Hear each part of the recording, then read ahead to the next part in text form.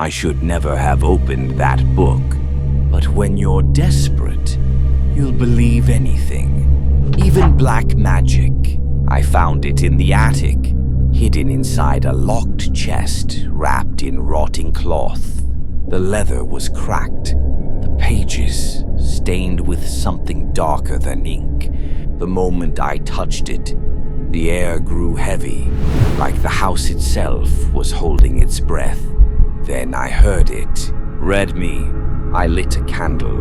The flame bent sharply toward the book, as if pulled by invisible hands. I opened it. The symbols moved on the page, shifting, twisting, forming words I shouldn't have understood. But my lips began to read them, read them, out loud. The air grew cold.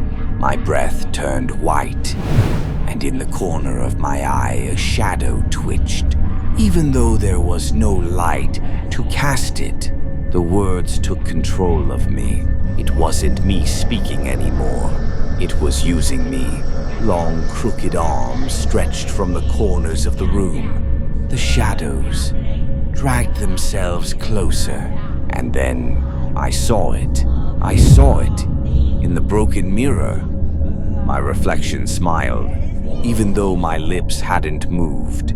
I threw the book across the room. I tried to burn it, but the flames died the second they touched the cover. Then, the scratching stopped.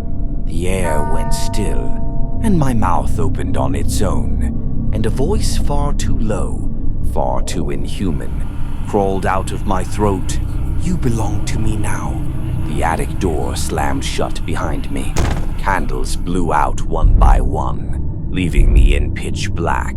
The last thing I heard before the darkness swallowed me was laughter. Low, mocking, and far too close. And in that darkness I realized, some books don't want to be read. They want to be remembered. But the book, it wasn't done with me. I felt it watching, pulling at me like unseen claws hooked into my spine. The whispers grew louder, not one but many. Dozens of voices speaking in broken tongues I had no right to understand. And yet, somehow, every word cut straight into my thoughts. I stumbled toward the attic door, desperate to leave. But when I reached for the handle, it was gone. Just bare wood, smooth and cold, as if no door had ever been there. My chest pounded, breath ragged, panic clawing at me, panic clawing at me. Behind me, I heard it, the scrape of paper. The book had opened on its own, its pages whipped back and forth violently, until they stopped on one glowing faintly red. Then came the voice, not a whisper this time, not distant, but sharp, clear and crawling right against my ear. "Say the name." I froze, my throat locked. I didn't even know what name it meant. But my lips, they began to move on their own, trembling, forming a word that wasn't mine. Terrified, I pressed both hands against my mouth, shaking, begging myself not to speak. The attic groaned around me, beams bending, dust pouring down from the ceiling. And then, the mirror in the corner cracked wide open. In its reflection, I saw myself, only it wasn't me.